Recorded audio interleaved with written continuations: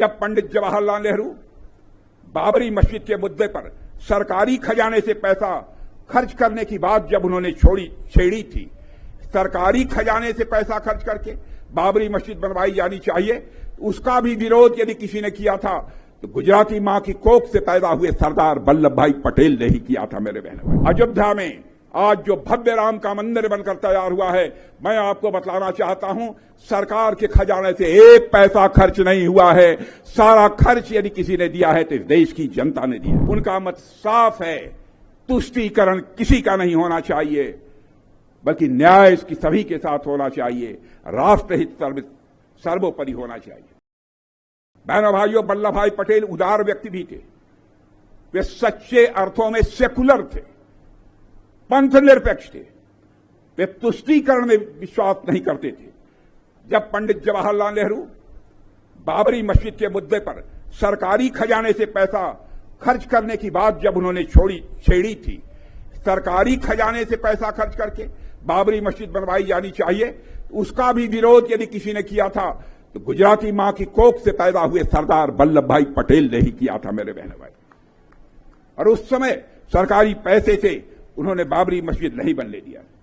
फिर नेहरू जी ने सोमनाथ मंदिर के पुनर्निर्माण का सवाल उठाया।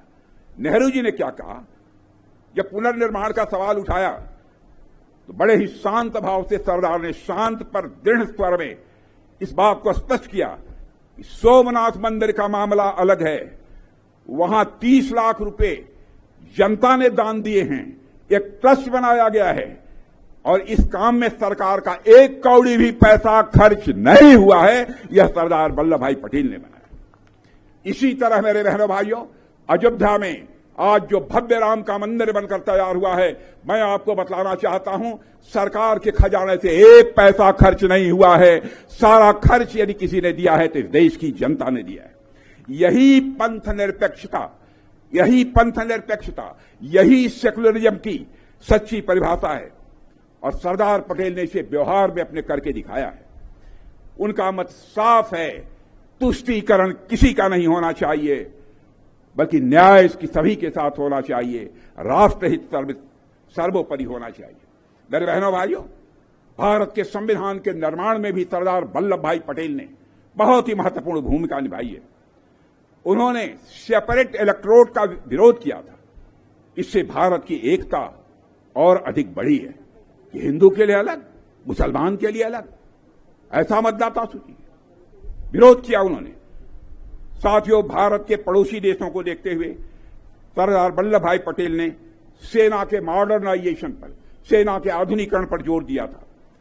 आर्मी की जरूरत की चीजों पर अपने ही देश में बनाया जाना चाहिए, अपनी देश की धरती पर बनना चाहिए, अपने देशवासी नौजवानों के हाथों से बनना चाहिए।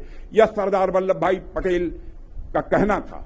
और आज मैं आपको बतलाना चाहता हूं, मेरे बहनों भाइयों, आज हम चाहे तोप हो, मिसाइल हो, बंदूक हो, गोले हो, आज हेलीकॉप्टर हो, आज हम बना रहे हैं तो भारत की धरती पर बना रहे हैं, भारत के नौजवानों के हाथों से बहनों भाइयों बना रहे हैं।